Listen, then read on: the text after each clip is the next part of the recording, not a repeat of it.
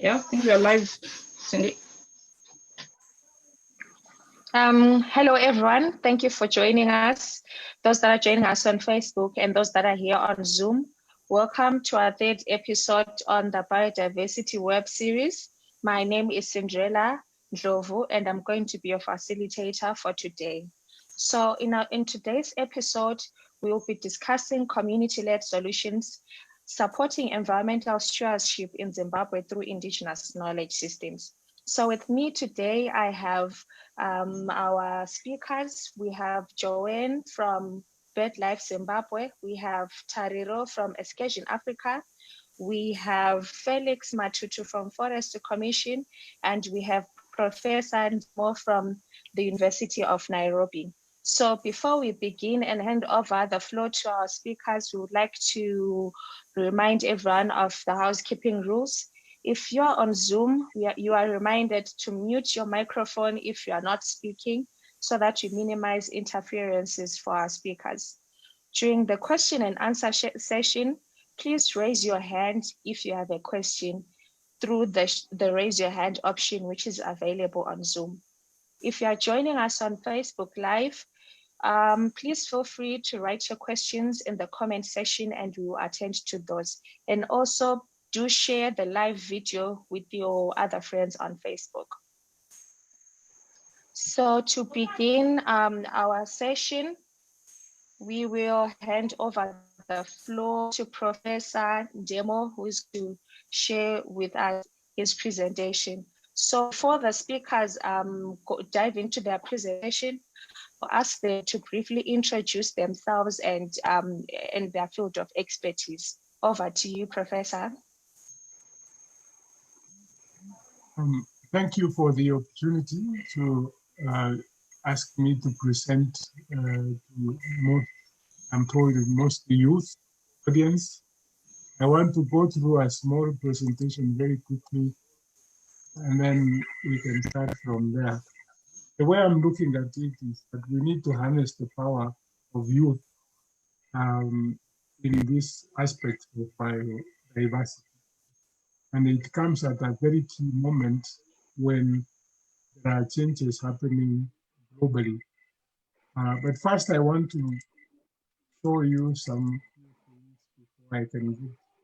Someone said that the power of youth is the commonwealth for the entire world. The faces of young people are the faces of our past, our present and future. No segment in society can match with the power, idealism, enthusiasm, and courage of the young people. I say this with confidence that a lot of young people want to change Africa and the way we look at it. I say this also because a lot has happened in Africa that we need to be part of what would happen. And that is the phases that we have gone through where many of the young people did not participate. And as a result, we find ourselves in very many problems. When the first industrial revolution came, this was around 1800, people were beginning to notice that we would have a problem with food supplies if we did not change the way we did our agriculture. And so they brought mechanization, steam engine, and other technologies at the time. Mechanization changed the agriculture. They were able to produce more, which meant productivity went up. Then around 1900, we had the second industrial revolution, which was mass production, assembly lines, and electrical. The first, Africa did not participate. The second, Africa did not participate. The third industrial revolution, which came in the mid 20th century, which was automation, computers, electronics, Africa played a very small role.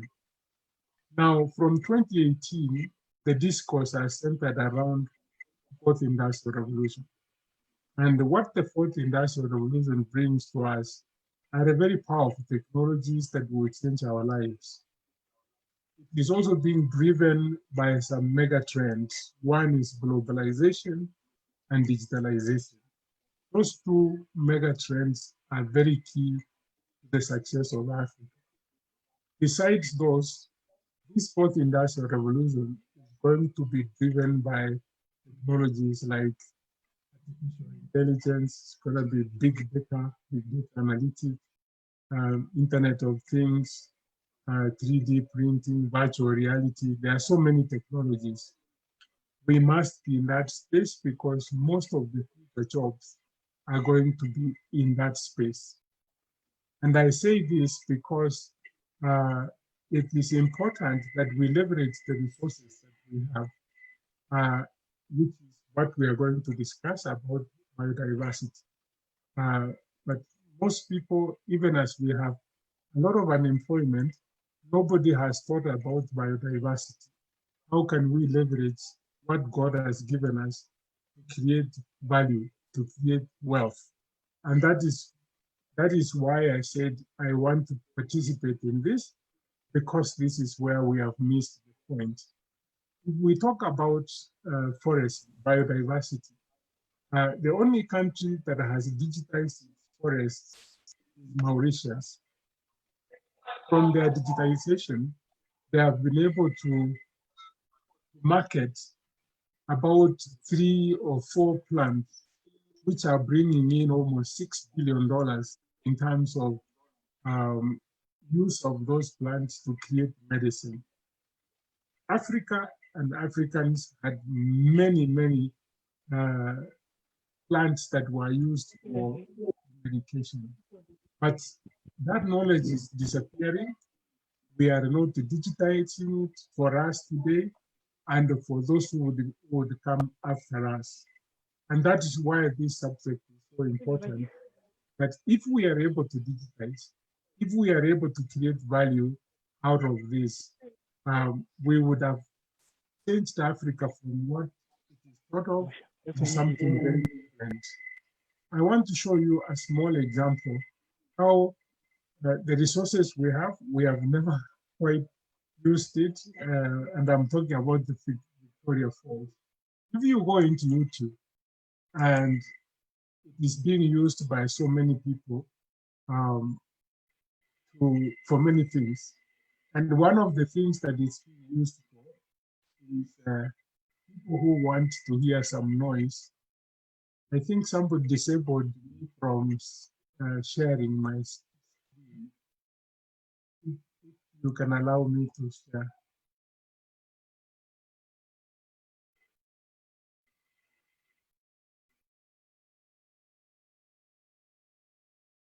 Can you allow me to share?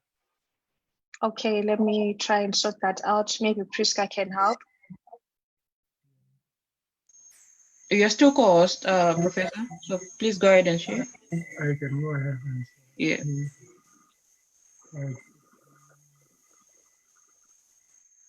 Yeah. It will take 1 minute, then I can stop for others.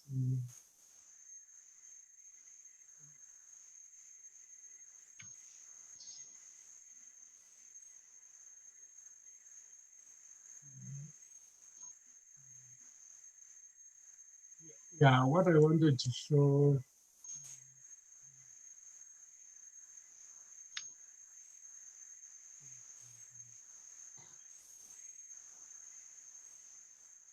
If you go and check like waterfalls in YouTube, people have captured that sound, and many people use it now to, just 1 second, I share it.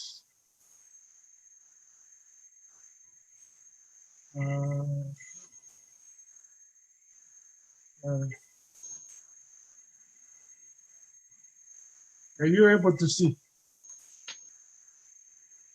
Are you able to hear? Yes. Yeah. You can't hear the sound. You can't what? You can't hear the video, but we can see. Okay. I don't know how I can get the sound to you, but I want you to look at this corner here where I've highlighted. About 7 million people have gone into YouTube to get this sound, to get them to sleep. And there are so many. There are so many that so many sounds. Others go and create certain things.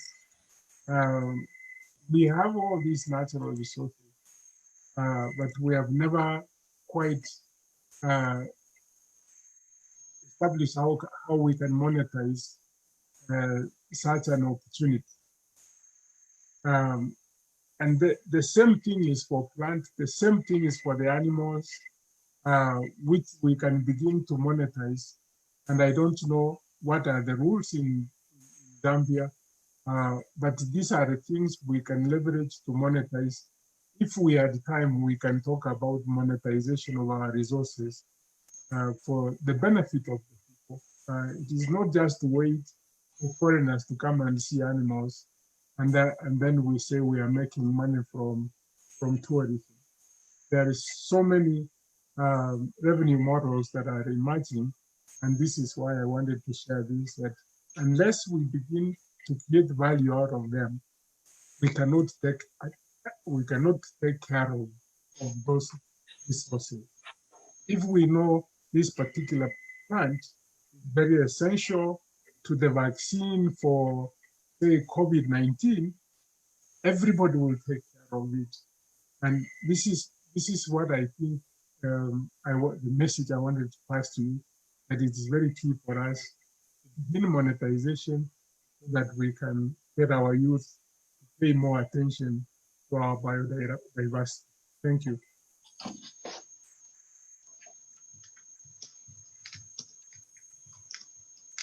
Okay, thank you so much, Professor. I think we'll just let all the speakers go through their presentations, and then we'll have a question and answer session towards the end of our program today.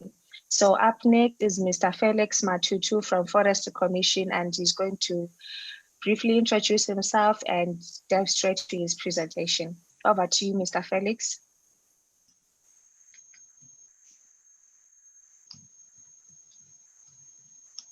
Thank you very much.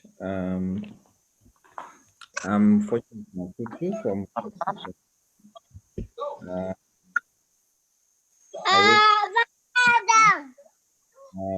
I'm going to present on indigenous knowledge systems and forest management in general in Zimbabwe. So maybe indigenous systems, they play a critical role in forest resources conservation.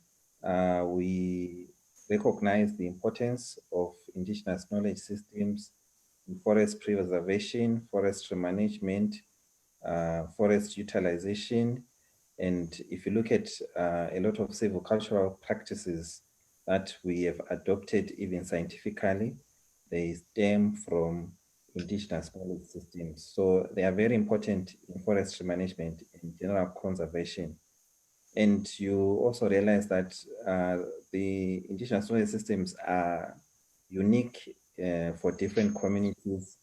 And this comes because as people interact with their environment, they've got different experiences and they've different uses of the environment. The landscape is different, the climate and the weather are different.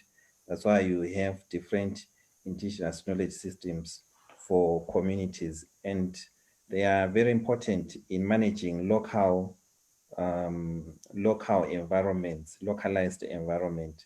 And maybe in Zimbabwe, you see that 40% of our vegetation cover is under communal areas, which means that we need indigenous knowledge systems to manage these forests, not just forests within the community, but even within protected areas and commercial farmers, because we are still the same people come from communal areas who have to manage those forests. So we believe that through IKS and community-based programs such as community-based natural resources management, there's opportunity for participatory forestry management by the community, the communal people who are the custodians of the indigenous knowledge systems. And through the participatory mechanisms, we know that indigenous knowledge systems will also come into play and we will utilize them. So maybe let me just go through a summary of some indigenous knowledge system mechanisms that we witness in the community. The most common one will be sacred forests and sacred places. For example, in Zimbabwe, there is the Ndambakurima Sacred Forest in Domboshava, there is Kombelele in Binga, and in many other areas, people have got their own localized forests or places. And then sacred places, you have maybe mountains, such as Nyanga Mountains, Ndlovu Shrine. These are not really forests which are sacred, but the mountains.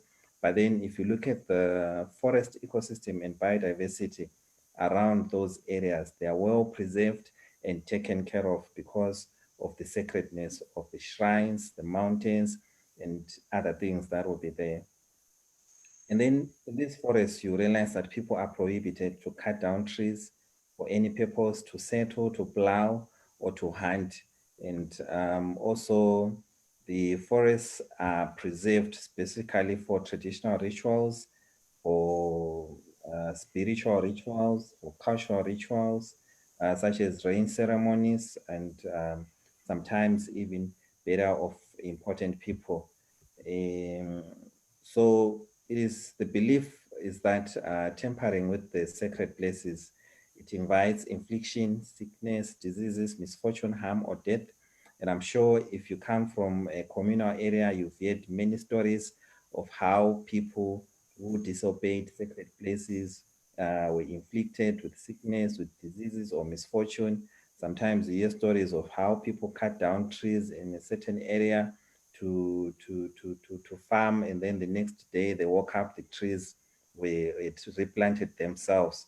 So that is it with sacred places. So this is Nyanga Mountains to your left of the picture, and then to the right that says Ndlovu Shrine in Matopos, which are protected areas, which are sacred areas according to the communities.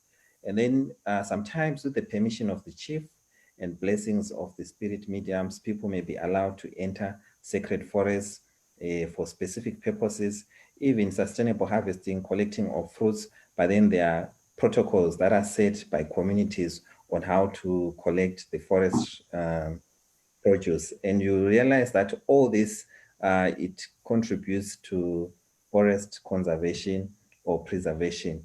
And then in our culture, there's also issues of taboo where people are prohibited, restricted, or forbidden to carry out certain practices in the environment of forest in this case. So these differ among communities, and maybe some examples, something that may sound like common sense, like cutting down a fruit tree for any purpose. It is generally taboo to cut down a fruit tree. Cutting wet tree for firewood. Then there are other sacred tree species, like trees at burial sites. You don't just cut down such trees. And then also there's issue of totems. I think we all have totems here, and we respect those animals, and we always endeavor to protect the ecosystems or the habitats for these animals. So all this contributes to preservation of the forests. And there are also other trees that cannot be used for firewood, and these differ according to to different communities. I'll give you an example of one common tree species in Zimbabwe, Parinalia curaterifolia, which is Mohacha in Shona. So traditional healers, traditional leaders, and faith healers, they have high belief in this tree, and cutting it down is generally taboo or prohibited. It's used for many things, for many ailments, STDs, snakes, respiratory. It boosts the immune system. It can also be used as a lucky charm. If you want to win love, or if you want to win back someone who you loved and you've lost them, they use it. Faith healers, they use it when they are praying. You pray under the tree, they say God will hear you. And also those who make crosses, they use the wood from this tree because of their belief. And then traditional healers, some of them, they also believe that this tree, if you use the concoction from this tree, it is good to chase away evil spirits. So you find many homesteads with this tree because they believe it chases away evil spirits when it produces that hissing sound, which it usually produces. And generally, it is associated with good cultural values in our African religion, and also it's edible. So all these things, when you combine them, it makes this tree a taboo. It's a taboo to destroy it, not to conserve it. So in a way, all these things, this is indigenous knowledge system that aids in preservation and conservation of this tree. And then there are other customary practices that are there, which we might think are not indigenous, but they are, like rotational grazing. If you grow up in communal areas, you know that there will be designated points to say, from this time to this time, our cattle graze this side. From this time to this time, our livestock move on to that side.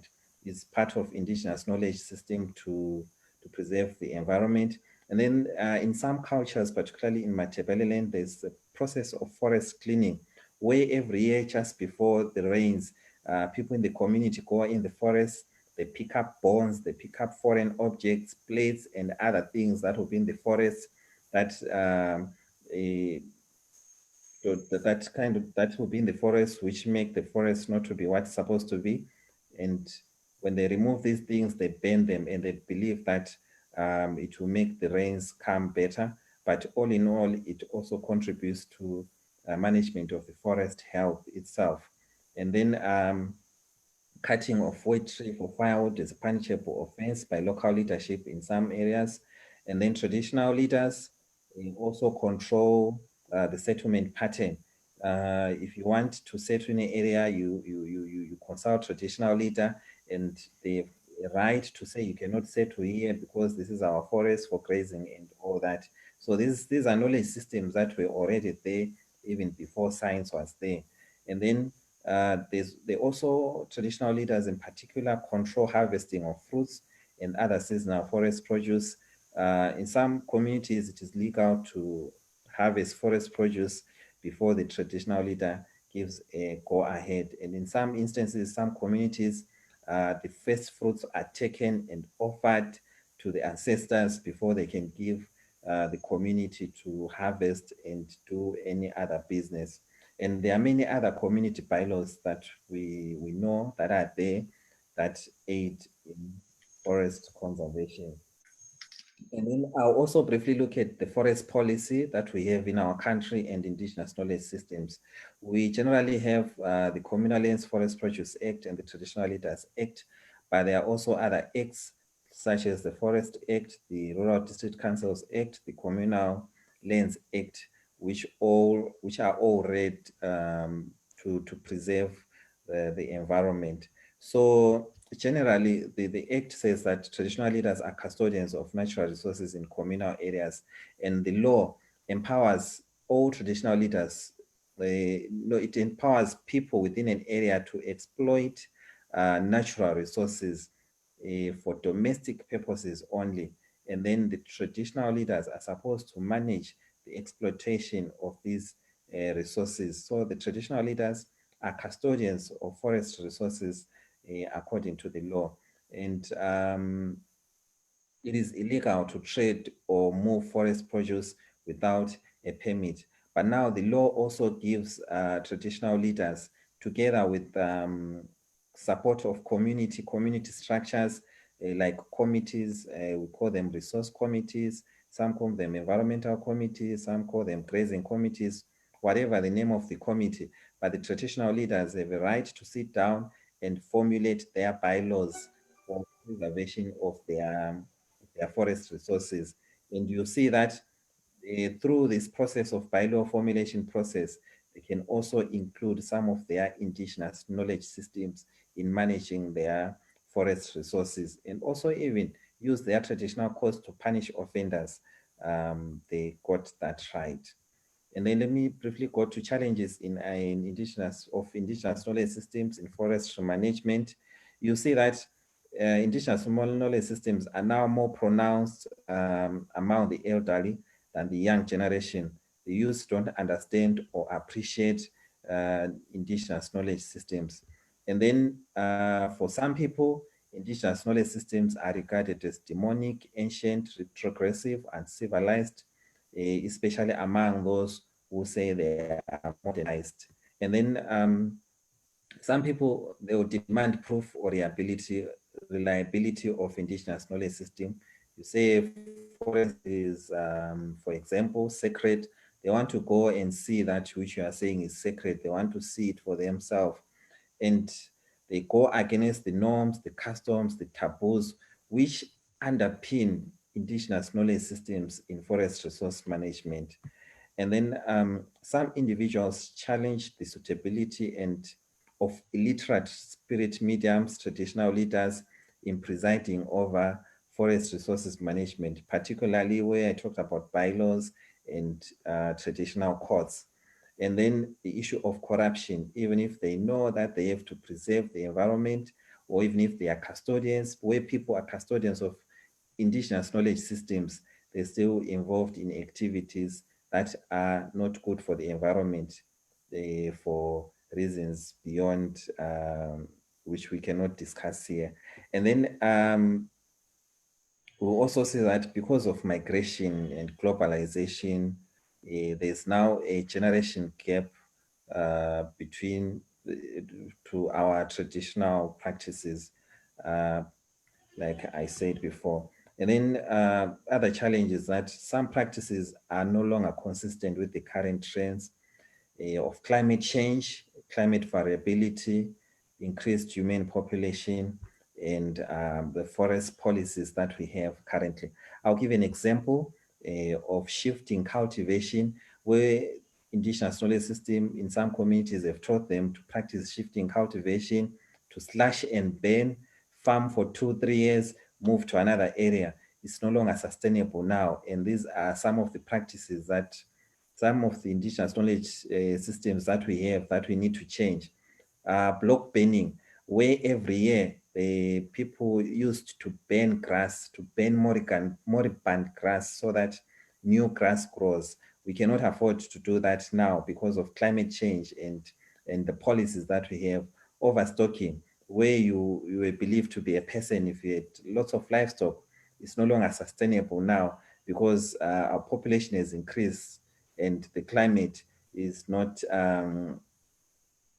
the climate has gone down. It's not able to support the carrying capacity of the rangeland, and the forests have decreased. So we need to change some of the systems that we have. And then there are other tree planting practices that you see, like some will put stones in the planting holes, put bonds and all those things. Those things you cannot explain, but they are not good when you are practicing tree care and tree growing.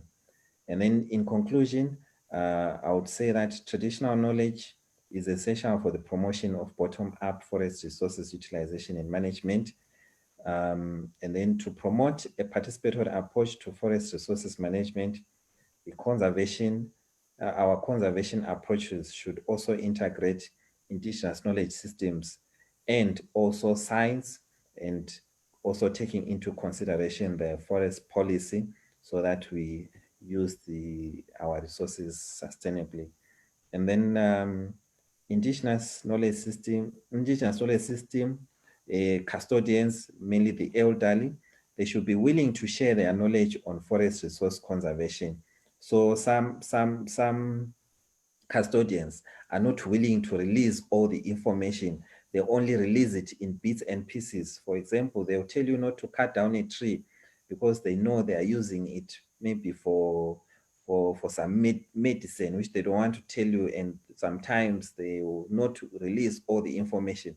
But I believe if all information is released, it will help everyone to appreciate and understand why they have to preserve a certain resource. And this can be done through consultative meetings where people can sit down from different backgrounds, generation divides, and discuss these issues to sustainably manage the forest resources.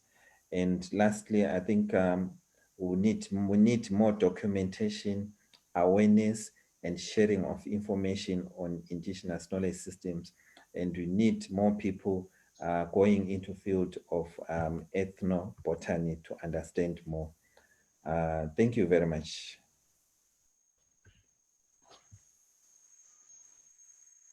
Thank you, Mr. Felix, for your presentation. Up next, we'll be having Joan from Birdlife, Zimbabwe, to give us a presentation. Over to you, Joan. Okay, thank you so much, Cindy. Hello to everyone joining us from Zoom and from Facebook Live. My name is Joan Banda and I'm with Birdlife Zimbabwe. So today I would like to take us through the role of the role that culture plays, the role that birds play in culture, relating it to conservation practices, especially when we're looking at the Ndebele culture. I'm trying to share my screen here, but it says I'm not enabled.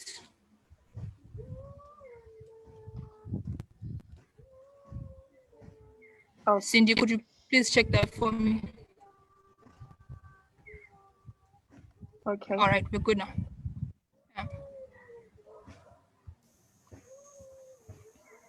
Okay, so like I said, we'll be talking about the role of culture in conservation, specifically looking at the role that birds play in East Ndebele culture. So just very briefly, the Ndebele are an ethnic group of people that stay in the western part of Zimbabwe called Matabele land. And they're also a tribe which is part of the Nguni nation and its respective dialects. So like all other ethnic groups, they also have a set of rules that they uphold, and this serves in the identification of them as a culture. So throughout this presentation, we will look at the role of names, the role of taboos and folklore, birds as pests and as food, as well as birds as medicine in the Ndebele culture.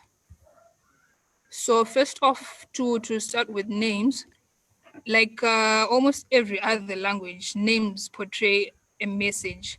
I'm sure we've got, most of us have got second names, which are mainly in our maiden languages, which also serve to convey certain messages across. But in the case of birds, in East Ndebele culture, they derive their names from plumage color, songs, or behavioral and breeding activities. So while we've got these names, we also have some that are named generically, meaning to say that a whole group of birds will be grouped and then given just one name. What you see on the picture there is a paradise wider known as Umsilabundu in East Ndebele, and that literally translates to the one with a bump on its tail. And I'm sure the bump is pretty visible there. So just to explain a bit further on the generic names, we've got eagles. Almost all eagles are known as Ukhozi in East Ndebele. Vultures are known as Amanqe. The doves are called Amajuba, the weavers are called Intuga, and the ducks are called Amadada. This is just a few for just that I chose from the presentation. And also you can see from the pictures on the slide why these names would tend to be generic. We've got the black-chested snake eagle, the brown eagle, and the tawny eagle. Now, according to our scientific studies, we've noticed the difference between these and given them their respective names. But in East Ndebele, surely you can see that they all appear brown, and there wouldn't be any need to specify really on their names because they all look similar. So on to taboos and folklore. The most important group would probably be that of the rainbirds. So the first one that we have is the Jacobin's cuckoo, the white stork known as Ingabuzane, the swallows and martins known as Inkonjani. This name represents both groups of birds, as well as the southern ground hornbill, which is the Insingizi. So you'll see the numbers that are next to the text, they correspond to the numbers in the pictures, just for a visual appreciation there. So what's special about these birds when we're now talking conservation is that, as we know, the Ndebele like farming and also cattle ranching. So they appreciate rain in all of its forms. And definitely whatever signals are coming of rain, such as these birds, is highly revered and protected. We also have the Greater Honey Guide. Now, the story of the Honey Guide is one interesting one because they say that it's got a call that will literally guide you to the honey, like the name says, to a beehive where you'll get some honey there. But it is also customary for you to leave some honey for the bird because if you don't, on your way back, you're likely to meet a very venomous snake or a corpse in some instances. So it's very mandatory for you to leave some honey for the bird once it's taken you to the honey. Now, to come to the bird omens that some birds are said to represent. Firstly, we've got the hammerkop, which is called utegwani. Now, this one is especially protected and also considering its nest or eggs. You're not supposed to touch these, otherwise you literally lose your brains. And the yellow-billed hornbill, known as ukoro, is protected during its breeding season. Now, the story with this one says that during the breeding season, you're not supposed to kill the yellow-billed hornbill that you see because that will be the male bird and it would have left the female bird incubating the eggs back in the nest. So then if you kill the male bird, the female bird will also die of starvation and there won't be any reproductive success in that group.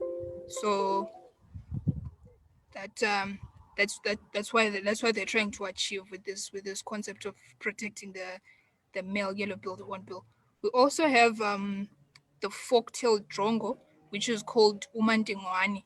I'm sure a lot of soccer fans from Zimbabwe who love local league football would know this from one of our local teams. Now, this bird is said to signal bad news if heard calling near the homestead at dawn. And then also you realize that in the previous slide, we had the southern ground hornbill as a rainbird, but in this slide, it now represents imminent death of an elderly person. But the case now, the scenario is now different because in the previous slide, if it was heard calling, then that's a good sign because it represents a homestead. That would would signal imminent death of an older person of the family. So we can see there's double classifications. They can also be a problem for bird conservation. Also continuing on taboos and folklore, we've got what is known as the lightning bird, the story of the lightning bird. Now, this bird is unidentified specifically down to the species, but most stories and folklore say that it's a big raptor, something like the image seen there. Now, some say that it's black and red, others say that it's white and red.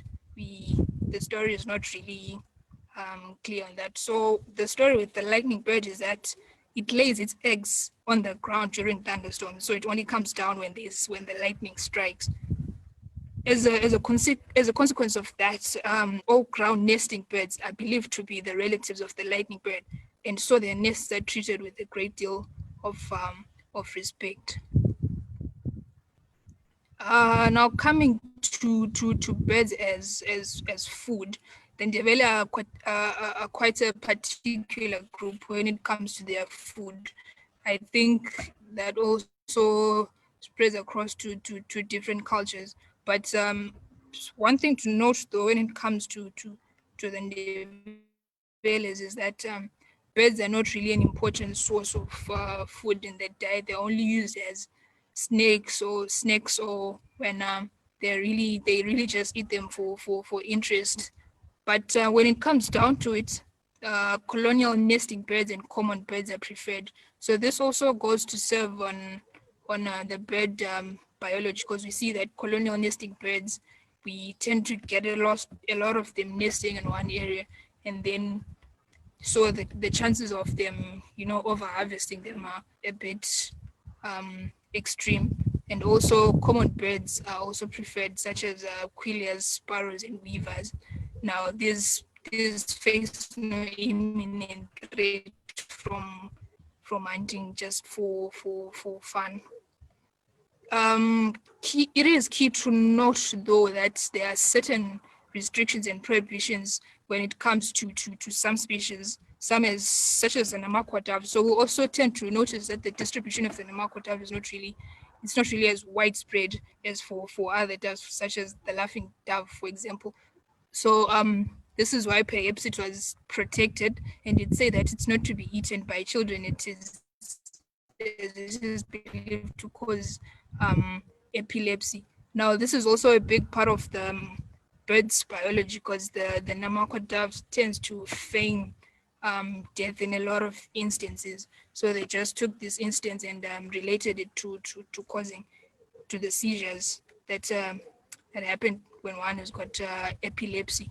So we see that the Ndebele tend to characterize human behavior as well as linking it to that of birds, and then at the end achieving some form of conservation action through that. So it is key to note though that men do not usually eat birds except for large species, and then it's also their responsibility to train young boys in hunting techniques and ethics. So this is whereby they train their boys on sustainable harvesting techniques, harvesting techniques that are the least cruel to the animals, and things like that. Now, when it comes to pests, Okay. most yeah. Sorry, Cindy, were you saying something? No, please go on. All right. Now looking at birds as pests in the Ndebele culture, fortunately, most of the crop pests fall into the edible groups, and so control measures usually involve catching them for food, which is literally two birds with one stone. And then, so for killing these birds, they're usually smoked, and then when they're dazed, now that's when they can be caught for food. So livestock pests include the Lana falcon, known as Uhelwane, the yellow-billed kite, known as Umzwazwa, the juvenile martial eagle, known as Ukhozi or Ndlovu, which translates to the white eagle. Now, lightning bird, it also serves to protect all eagles, because the lightning bird is suspected to be the particular eagle by some, and thus by these eagles being related to them, they also enjoy that cloud of protection. Now, just before I proceed to the slide where I talk about birds as medicine, the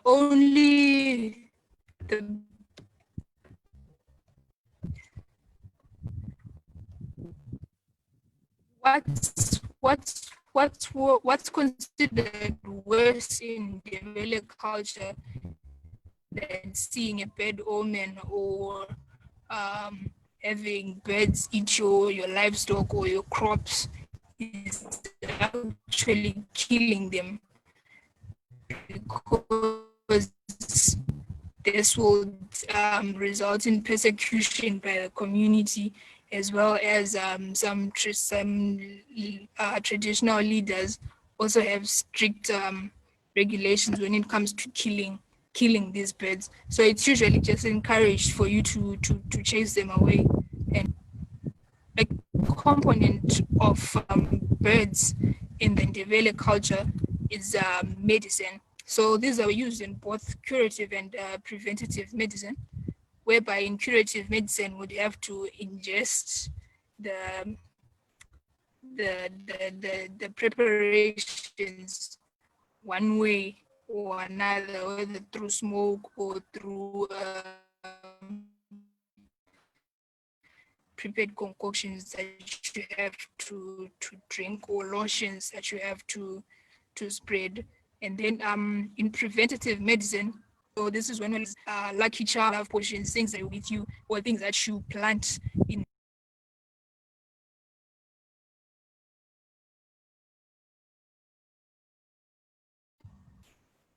Okay, I think I lost you guys a bit there. Let me just continue.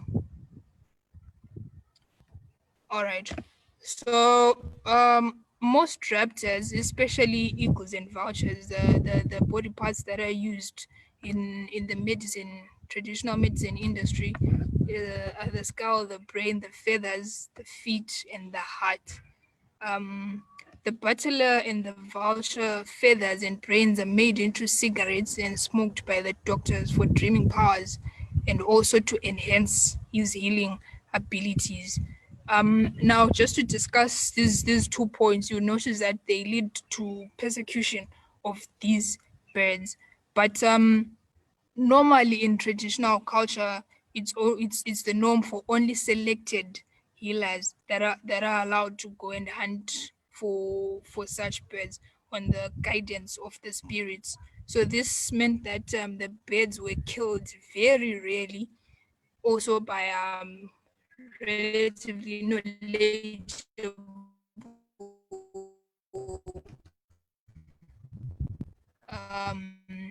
people, and we suspect that this bird biology and only killed the males whenever necessary. Yeah, yeah. But when it comes to doves, which are relatively plenty bird species, we see that they even use their heart, and this particular one doesn't have a restriction as to whom can harvest it, but most people just rely on their traditional doctors to do the job. So in conclusion, birds really play a sacred role in the Ndebele culture, being the subjects of practices that are both positive and negative, and this has a great implication for their welfare. Now, the challenge comes to us, therefore, to encourage the positive beliefs and possibly incorporate them into current conservation strategies. Like the prof mentioned, that we have to, get into the conservation space as youths, but we also have to take our indigenous knowledge with us. So, like also what the prof said, there's also need for a change of attitude among the young and educated, so that we can respect and recognize those who still uphold these traditions, just to avoid the conflicts between science and culture. And then I would like to thank those guys over there for their contribution towards this presentation. Yeah, that's all. Thank you. Thank you so much, Joan, for the informative presentation. We will now have our last speaker, Tariro Mutanga from Excursion Africa, to share with us his presentation. And then lastly, we'll have a question and answer session. So for the audience that are watching on Facebook, feel free to start typing your questions. And those on Zoom will be using the raise your hand option, as I mentioned at the beginning of the program. Over to you, Tariro. Okay, good afternoon, everyone. Okay, in the interest of time, I shall just go in and try to kill as many birds with this one stone that I have. Okay, so I'm a field guide by profession and working towards being a professional hunter. So we work so many times and so often we come across people with various beliefs and theories that they bring on board. You may be told that before you shoot an animal, you need to actually get permission, as Felix had mentioned earlier, you get permission from the nearby chiefs, from the local authorities and all that. So this on its own is a way of ensuring that things are done in the right way and not to offend the spirits, because our indigenous knowledge systems rely mostly on the fear of the unknown. You are told things that you may not know why they are supposed to happen that way or in that particular manner, but you follow them either way because you are likely to be met punishment of spiritual nature or even a physical nature in some instances. Some of these punishments come in the form of death and bad luck, misfortune. So to avoid most of these things, people tend to fall in line. So that is why we have our indigenous knowledge systems sticking to a bit of a mystic culture, is to ensure that things are done in the right way and to ensure that once things are done in the right way, they shall continuously done in that particular manner. Okay, so as I said, I'm into tourism, and the advantage of being in such a field lies in the fact that there's a blend of cultures. I am able to come across people from different nationalities at one time. This allows me to take the role of a custodian and to share our knowledge systems. This is how I am able to explain why Africans behave in a certain manner, why people behave in a particular instance, and why we believe such things to be taboo. And then we also want to acknowledge the importance of our various designated land pieces. We've got, as some of the people have mentioned earlier on, we've got sacred lands and sacred mountains, sacred forests, and all that. So before you access these places, you are actually told to consult the local chiefs first. At times, you realize that people may not be granted permission to walk into those places for certain reasons, and it's due to the chief's discretion. This is mostly because they can basically give an assessment of your behavior and tell if you'll be able to respect the laws and the bylaws of that particular area, and if you have paid attention to the briefing they have given you. So that on its own is a way of ensuring that the land is respected and its resources will stay respected. Okay, and then the curatorship of our places, of our designated places and our resources lies within our hands, to be honest, because at the end of the day, we are the people with the land at our disposal. We are the people with the forest at our disposal. And if we let other people take care of it for us, then we're missing a certain point. In this particular instance, I would like to point out that the law of Zimbabwe, the government of Zimbabwe has actually gazetted a few acts and policies concerning the environment, parks and wildlife, and as well as the Forestry Commission Act. And these acts have got certain aspects such as specially protected animals and specially protected plants. These are plants that have been deemed to be in need of protection because of maybe extinction and a high value in some instances. Maybe they are being poached and being sold, and maybe they're being abused in a certain manner. So there is need for us to protect those. But then you can't protect something you don't know, something you don't understand.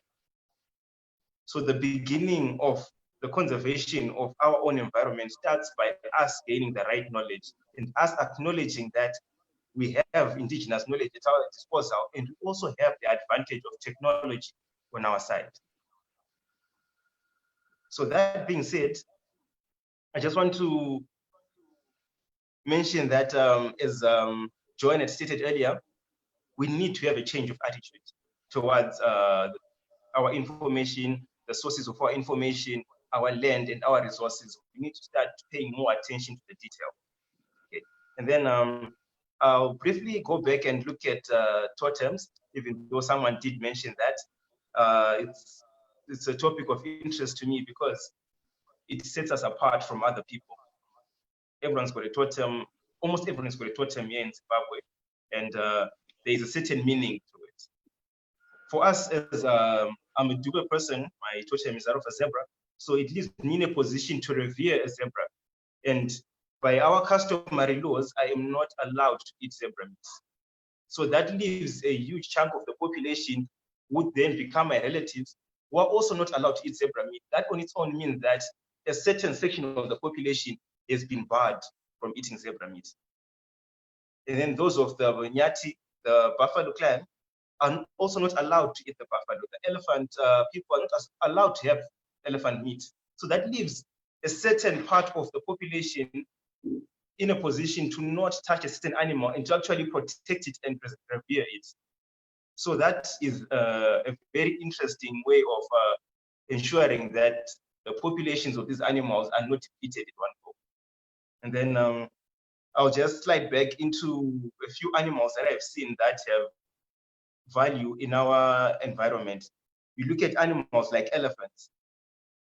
And when you see elephants, they are at a very high risk of being poached every now and then. And they are also a keystone species in the environment. So what normally happens with such species is that it is always good to let them have their way in an environment because they are the engineers of that particular environment. They determine how the environment turn out to be at the end of the day. So having a large number of the population, if you notice, most of the people, especially the developed people, there's a very high number of Ndlovu people, those being the elephant people, and Dube people, Ngube people, among others. So such animals that need protection also turn out to have a large number of the population with it as the totem. Okay, and then I also look at the rhinoceros, Upejani. These animals have been poached repeatedly because of their horn, and honestly, this is one of the negative effects of indigenous knowledge systems. I say this because a certain group of people have acknowledged that the rhino horn has qualities that allow certain human beings to develop certain skills upon ingesting a rhino horn. This information turns out to be incorrect, but then it's information that has been circulated in a long time and over again, such that it is now up to us to start correcting the misconception of the rhino horn, and this will ultimately lead to us saving the populations of the rhinos on the planet. And then on the same note, when it comes to animals like rhinos, despite the fact that we as a people protect them and the government also has various anti-poaching and protection mechanisms set up for the protection of these animals, we also need to start addressing this at a very, very personal level. We need to personally become the custodians of these animals. We need to be their individual spokespersons. So as a guide, I'll take any opportunity that I have to talk to anyone and everyone who is willing to listen, especially whenever I'm on tour, because I have as much time as possible with these people and we'll talk about everything. And I'll take the opportunity to really plant the ideas in their heads, plant the, uproot the negative thoughts, uproot the negative connotations associated with our environment and our resources, you know, because at the end of the day, like we have stated earlier on, it is going to be up to us to take care of our environment and our resources. And then given that curatorship is going to be an issue, curatorship of the land and our indigenous knowledge systems, as well as our intangible natural resources, I think it's a matter of time before we lose everything, because the way things are going, we know why some things are not supposed to be done, but then there are some things we do and don't understand why we do them that particular manner. I personally get the feeling that the why part has been lost. Maybe it's been lost in translation, or it's been lost over a period of time in the sense that it eventually got forgotten. So this gives us a challenge again as the youth again. We are supposed to start taking note of this before the older generations. We have them at our disposal, let's start gathering the knowledge they have and documenting it. We have technology, with social media, with laptops, with computers and everything. Let us start gathering everything and start telling our story of what it is. Because if we don't tell our own story, no one will. So for us as tourism professionals, we will take a moment to sit and talk to you. And we also hope that everyone else will also take this up as a personal responsibility and task to save up on the indigenous knowledge systems that we have. Talk to your elders, talk to your parents, your grandparents, try as much as possible to document as much as you can and save it for the next generation, because most of this information has been passed down to us already. Not much has been captured, but then we still have a redeeming moment at hand. So I think the best we can do for ourselves and for our future generations is to start saving up on this information and making sure that it is going to be available easily. So I'm guessing I've been heard, and I'm hoping that after this session, we'll have a whole new set of custodians of our environment. Okay. And then I have a few notions that I heard earlier today as I was discussing this topic with a few friends, and I just thought they're worth sharing. You know, there is an element of controlled harvesting of fruits, as Felix had mentioned earlier, and one of the most popular notions in that field was that of, I'll say it in Shona first, ukapinda mudondo usatora mchero yakawanda, tora unokwanisa kudya wosiya imwe yachona. This basically translates to, whenever you get into a forest, eat what you need and leave the rest. This then it cultivates the culture of cutting out greed. It's an issue of handling what you need and leaving some for the future generations. Because if you look at it from an environmentalist perspective, seeds from a plant are transported by animals and humans. We've got plants like the Lantana camara, and these ones tend to be invasive. So once you eat those tiny berries and you move out of that particular area with those berries and you drop the seeds elsewhere, you are likely going to create a fresh batch of a troublesome plant. That's one way of looking at it. The other way would be to just consider the fact that these plants are in a very good environment to grow, explaining why you found a big tree there initially. So just let them be. They'll grow and they'll perpetuate, and the forest will stay there forever. It will probably be sustained as long as no one comes down to destroy it. So that's just one of the notions that I thought I would point out clearly, because it sets a precedence for understanding the various implications of not following certain rules set by our community leaders and elders. And then I think this basically covers everything that I had without trying to repeat what my colleagues have covered. If you have any questions, do feel free to let me know, and I will be at your disposal to answer. Thank you.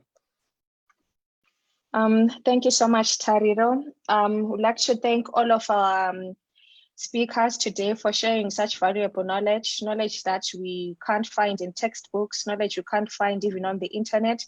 Thank you so much for sharing the knowledge.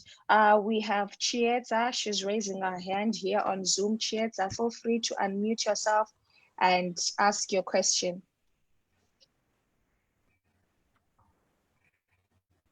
Hello, everyone. Chieza Hari currently with the Judiciary Service Commission of Zimbabwe, but I'm an independent researcher with a keen interest in environmental and biodiversity management. So, can you hear me? Yes, Am we I can audible? hear you, Chieza. Oh, okay, thank you. Thank you very much to our panelists for an insightful presentation. My main worry is on the undermining of indigenous knowledge systems with regards to the young generation. I recently conducted a research on the relevance of indigenous knowledge systems in local governance here in Bulawayo. And when I was gathering my data, I realized that the young generation has totally no knowledge at all with regards to indigenous knowledge systems. You ask a sample of about 10, 15 young people, they'll tell you that they know nothing about indigenous knowledge systems. So my question is directed to Mr. Matutu, the Forest Commission officer, that in your presentation, you gave us a insightful presentation on how indigenous knowledge systems are relevant, but they were more relevant in rural areas. What efforts are you doing as the Forest Commission officers to uphold indigenous knowledge systems in urban areas? Because when we're talking of biodiversity loss, we are not only concentrating on the rural area, it is also affected here in urban areas, considering the rate at which our towns are expanding. So it's a main worry. What are we doing to affirm or to bring knowledge or awareness campaigns to the young generation with regards to indigenous knowledge systems in urban setups? Thank you.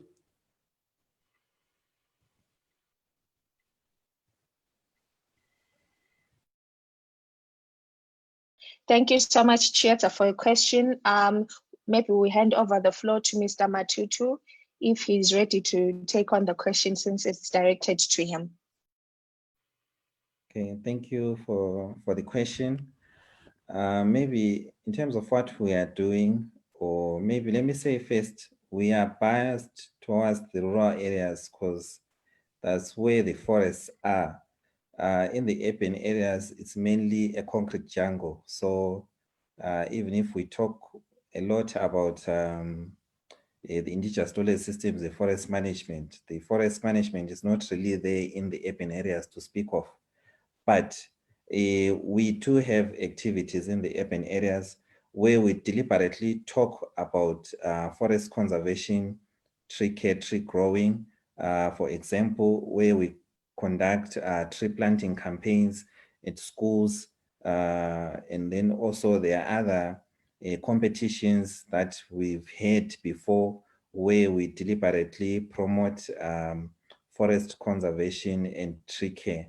But mainly when we talk to the urbanites, we're talking in terms of preserving the forests and also preserving the forests for by using alternative sources of energy, because that's where mainly we have a challenge for when you look at urban areas and forests.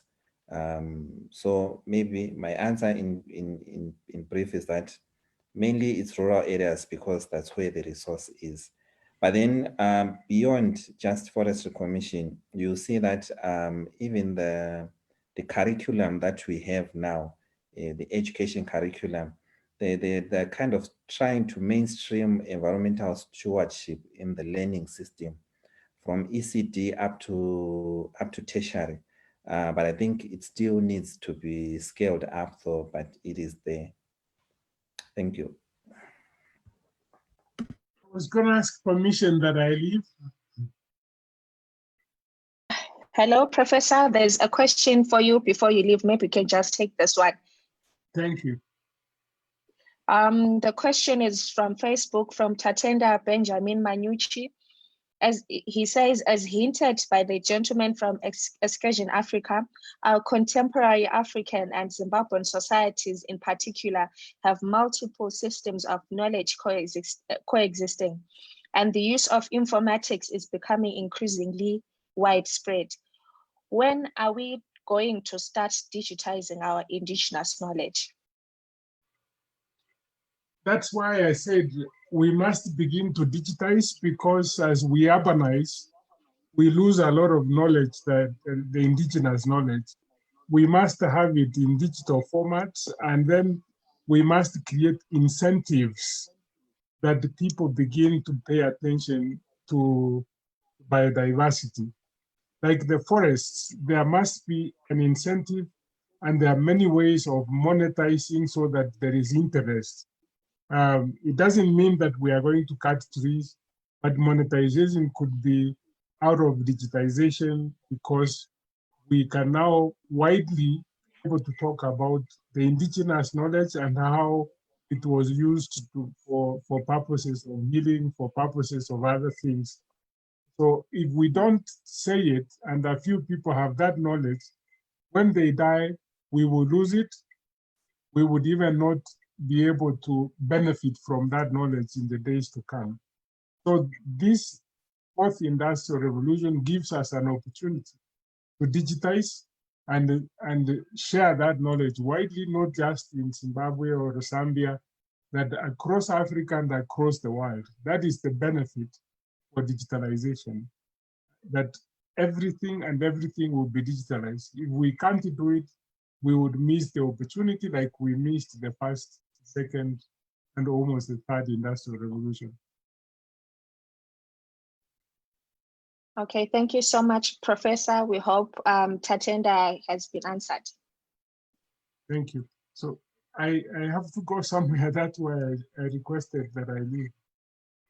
Okay, that's fine. Thank you so much for joining us. Thank you. Really appreciate the presentation. Thank you. Okay, now we shall take a question from Lucius Mujuru. Feel free to unmute yourself and ask the question. Thank you so much.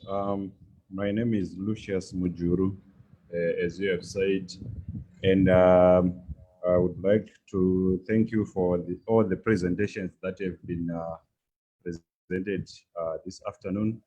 I've got just a few questions. The first question is directed to Mr. Matutu from Forestry Commission. I just want to know the efforts that have been put by Forestry Commission in integrating the indigenous knowledge system and the science, or maybe the technical know-how that they have at Forestry Commission. What fusion have been put in place to integrate the two? Then the other question that I would want to ask is that I think this one is a general question. I just want to know maybe efforts that have been put forward in the documentation of the indigenous knowledge systems that we have in our communities, especially in the rural communities, because we understand that most of the elders are passing on because of the time, and we are losing some of this knowledge, and they are just going with that knowledge, but we don't have documentation of such knowledge. So this is just an open question maybe to all the presenters that we have on this panel, or as to what efforts have been put in the documentation of that indigenous knowledge. Then the other question that I have, I hope my questions are not too many, but the other question that I have is directed to Fadzai Banda. I just want to know how maybe Birdlife and other institutions are trying to correct the anomaly that was mentioned in the presentation.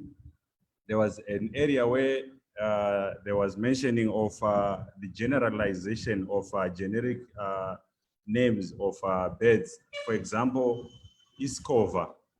It's just to mean a pool of birds. Same as applied to different names that we were given. Amangri, I think it refers to all the eagles and so forth. So what efforts are we having also so as to correct that anomaly to the youth who are now growing up, so that as they are growing up, they can easily discriminate that amongst these eagles in our local languages, be it Ndebele, be it in Shona, we have this kind of eagle, so that we differentiate and we can easily monitor maybe as they are affected by different factors. I think that's the second from last question. Then the last question it's also general. Tariro and Mr. Matutu, they talked about bylaws. These bylaws, yeah, I've seen in Zimbabwe. If you go to Mberengwa, under Chief Ngumbane, there are some bylaws that are there which are in operation. But how binding are they? Are they effective? Are they capacitated? Maybe I would want to hear just a discussion maybe from any of the two presenters. I think those were the issues that I wanted to raise from the presentations that have been made. But otherwise, I want to thank all the presenters. The presentations were very interesting. Thank you. Thank you so much, Lucius, for the questions. Joanne? Hello, Joanne? Joanne, are you still there? Okay, maybe we can move on to Mr. Matutu or Tariro to tackle the questions that were raised. Okay, so I think I'll handle two of the questions because I really do not have the capacity to respond on the Birdlife question. So for now, I will talk about the documentation of indigenous knowledge systems. Okay, what we need to do, or rather what I am doing on my end as Excursion Africa is I'm linking up with various institutions and other organizations such as Green Art Initiative, WABIB, Ekasi Magazine, and Ukos Analytics to just keep gathering this information and documenting it. I am trying to have it in a position whereby we get to a point whereby children and future generations can go online and find this information. We want a scenario whereby this information becomes a part of our syllabus. We want a scenario whereby the Ministry of Education, Sports and Culture has a section specifically for all this information we need. So it's a movement we're trying to do. It's not going to be easy, but then it's something that's in the pipeline. Because we are looking at the various ways of gathering this information. We need the analytics to be done. We need an area to actually publicize this information that we have. We need the groundwork done. We need researchers to go on the ground. I'm actually happy to know that Fadzai was here. She's one of the researchers that I know personally who's been keen on this particular topic. So it shows that as it is right now, things are being done. There's work on the ground that is being done, but then it's just an issue of time for it to start showing. We need to start reaping the fruit, and I assure you it's only a matter of time before we get to tangible fruit. And then in the light of bylaws and laws in certain areas, really, the question was how binding are they? I would like to believe that they are really binding in the sense that once you are caught by a chief in his area breaking laws, or once someone reports you, you're going to be fined eventually. You are eligible to get fined, and what normally happens is either you pay money or you pay in the form of a beast, or you're banned from that area. That just goes on to show how serious these people would be in such instances. I remember at some point in my childhood, we went to an area in Masvingo and we were told not to go past a certain point. And one of the guys leading the trip went beyond that point and he was charged a beast. He ended up paying a full cow for breaching such a law. So I'm sure this can show you that these laws are binding. As much as there is not much enforcement done, but then they really are binding. There is results and there's consequences attached to these laws. I hope Lucius is answered, and if I missed a point, feel free to bring it up again. Okay, thank you so much, Tariro. We hope, Lucius, you have been adequately answered.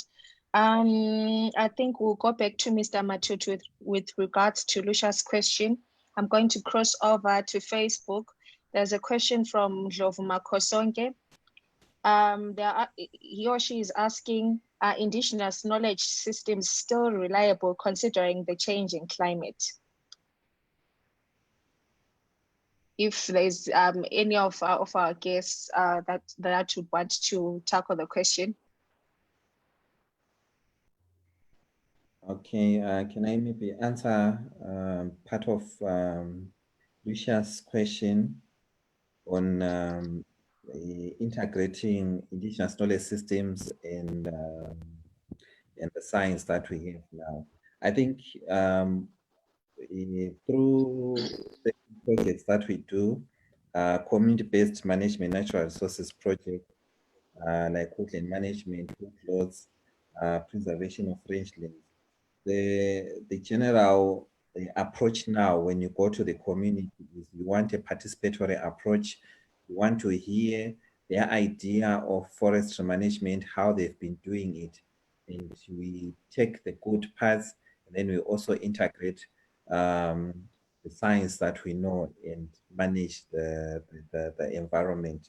So it is there, even the process of bylaw formulation process or the bylaws themselves, most of them, if you look at them, they stem from the indigenous knowledge systems that are already there in the community. And then maybe, again, I think as foresters or people who practice tree care and tree growing, some of the practices that we are implementing, they are practices that we've learned from the community, from the people, from the indigenous knowledge. In the case where we don't use chemicals or herbicides to control weeds or pests, there are some knowledge systems that are already there in the community that we use. In the case of planting, when you plant or certain reactions of trees, we learn a lot from the community. So I would say, to a certain extent, there is that integration. And then on the question of bylaws, we need to understand that while bylaws are binding, sometimes local communities, they are overwhelmed by let me say, migrants, people who come into an area. Like, bylaws are usually localized, but when you have people coming in and overwhelming the traditional leadership, overwhelming the resource committees, then sometimes it is difficult for them to monitor monitor the forest or preserve the environment. I'll give examples where you have influx of illegal gold panners, or in the case of Matabeleland, where you have influx of Mopanewem harvesters. Those places, they do have bylaws, but in the end, they are overwhelmed by the people. And then lastly, you also realize that the current forest bill and also the forest policy, the draft forest policy that is there, they recognize a lot the importance of indigenous knowledge systems or the importance of community in forest management. There will be lots of recognition of local efforts, local forests, even forests outside the demarcated forests will also be managed even by the government itself. So there is something when it comes to integrating all these things. Thank you. Thank you so much, Mr. Matutu. I think we'll get the last two questions and then we wrap up. Joan is back. Lucius, if you're still there, please kindly repeat your question, which was directed to Birdlife.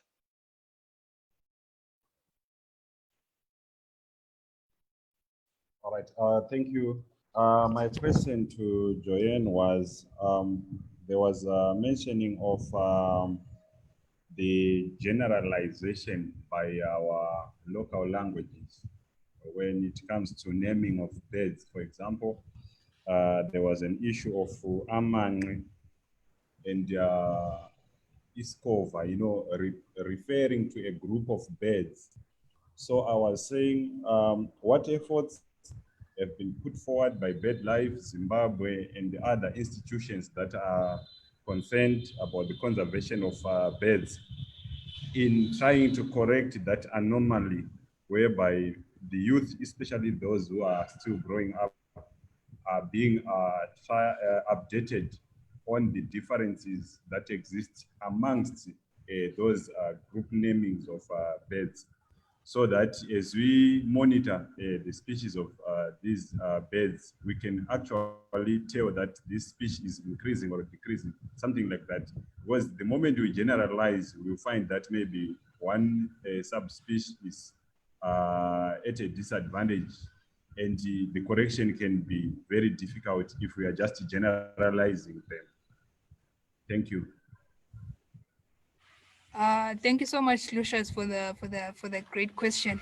Like I had mentioned in my presentation, this presents a particular conservation challenge, especially when it comes to naming of birds and grouping a whole lot of birds into one, placing them under one umbrella. So the efforts that we're putting in place mainly have to do with raising awareness via different social media platforms. For example, if you check the Birdlife Zimbabwe Facebook page, recently we've been running a series on vultures. So that's when we differentiate the many types of vultures we have in the country, sharing their biology and their identification keys. So for our modern youth who are up to date with these technological issues, I'm sure that's one way that we can help them. And then when it comes to the rural areas, I think like I'd shown you in my slide, that some of these birds tend